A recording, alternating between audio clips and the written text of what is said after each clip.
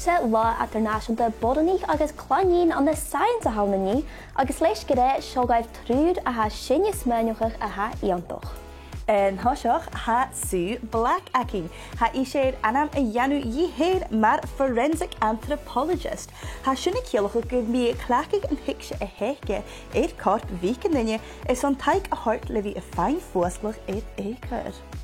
Agus Catherine Johnson, bhí ise clacha go scialan matematic gos taig a hort gan NASA an a bhí cuid spéad ar an chongealaigh agus le bhí gan féin a dais go sábhailt.